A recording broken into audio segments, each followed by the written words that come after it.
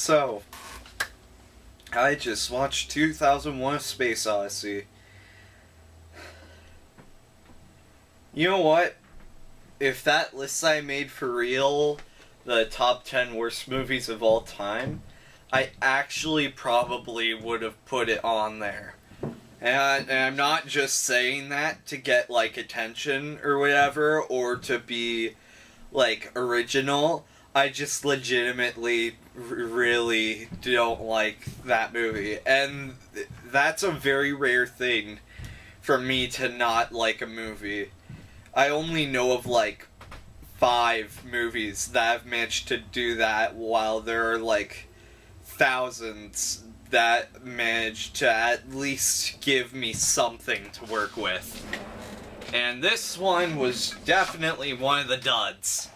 I mean, there's literally 2 hours of just filler, like 5-minute shots of a spaceship slowly moving, or someone slowly moving around a space station, and there's only like there's honestly like less than a half hour of actual tangible plot and dialogue even. There's just barely anything to the movie. It felt like they didn't even know what they were doing, honestly, in my opinion. And as for the ending, which I heard was super complex and smart, it felt more pretentious to me than anything. Like, it was trying to be vague for the sake of being vague, and it didn't even know what it wanted. It sucked. I really didn't like it. I fast-forwarded through 2 hours of the movie when it was just very slow, just rocket ship going by shot, because they had a lot of those. And since everyone has their own little theory about what the ending means, I guess I'll share mine. So, since it started out, like, back in the caveman times or whatever, it's kind of like about how technology and the human race have, like, always been, like, advancing, but then, like, there's always, like, this brick of alienness that always pops up that's supposed to be, like, super Hein or whatever, and it just stays the same throughout time.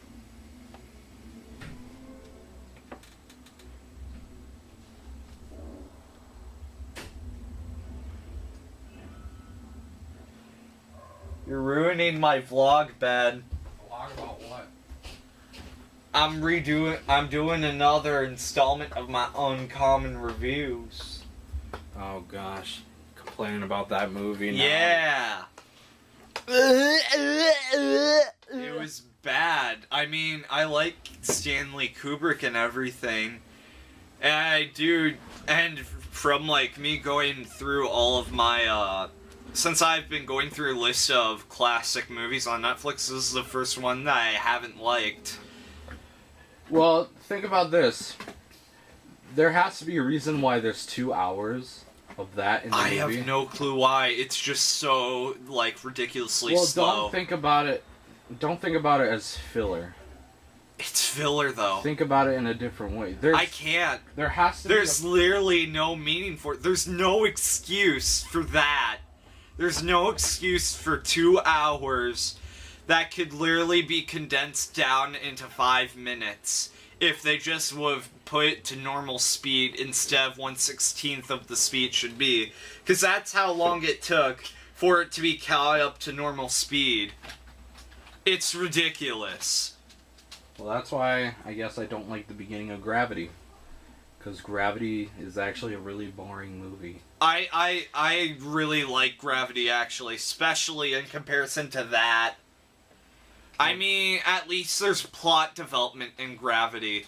In this, there isn't even plot development until you've hit the 2-hour mark, and then it's like, oh, by the way, Hal's corrupted, the US government is hiding the fact that aliens exist, and once when you become an old man, then you rebirth into a space baby. That's the ending.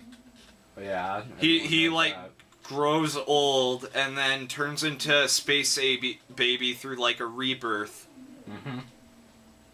And then just end roll credits. Yep.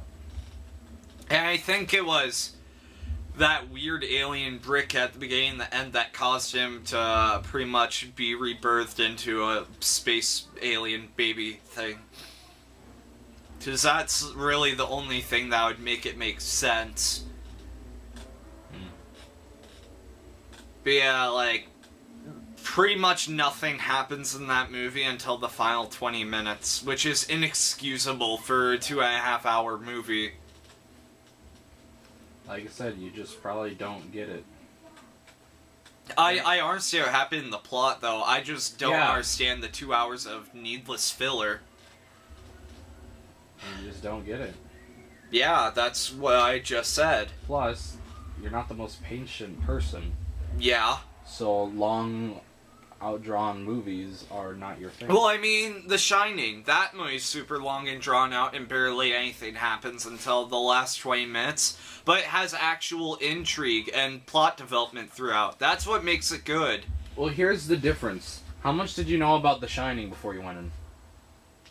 Probably about as much as I knew as 2001, honestly. I knew a lot about The Shining going in, and I knew a lot about 2001 going in. Well, if you know everything about 2001 before you go in, then of course you're going to be bored by it. Yeah, but I knew everything about The Shining going in, and I love that movie. Because it had actual intrigue and plot development, and it actually felt like it was making progress through 2.5 hours. If you had never even heard of 2001: A Space Odyssey and you watched it, how would you feel? I would still hate it since the stuff that people ooh and ah about doesn't even start until an hour in. I know, but not even like the concept. Like, you hadn't even heard of 2001, you don't know anything about it, and they throw the movie in. So you don't know about Hal. You don't know about anything. Yeah, then I would just turn it off immediately. Knowing about it was the only thing that kept me going. Well, maybe the reason why knowing it destroyed all intrigue about the movie. There never even felt like there's any intrigue to begin with. You told me when you watched The Shining that you knew some stuff, but you didn't know everything. I did know pretty much everything about it. Well, when you said that, you said there were things you didn't know about the movie.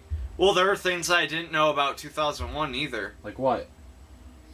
Like, for example, I didn't know how I honestly thought that the movie was gonna be going in, that each crew member would be killed off one by one, not all at once, by Hal. That's jumping to conclusions.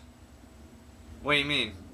That means you think about a movie before you actually go into the movie and well, yeah, everyone does that with trailers and everything. They try to figure out where it's going before it happens. That's the plot. That's the point of mystery movies. But that's also the fault of jumping to conclusions. You expect one thing, and then when you get something else, you're not as fond of it. Like Days of Future Past, I thought they were gonna take both groups and have them fight them out, which would have been cool. But they didn't do that in the movie, so I was a bit disappointed. They just had Hugh Jackman. I'm honestly happy when things don't go the ways that I see them going. Well, then that's just you.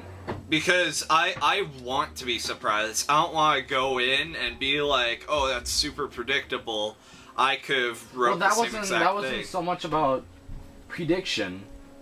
That was just thinking the movie was going to go one way. But it wasn't like a surprise thing. Yeah, I know. You had it totally wrong. Yeah, I know. It's not like, ooh, I guess the twist is this.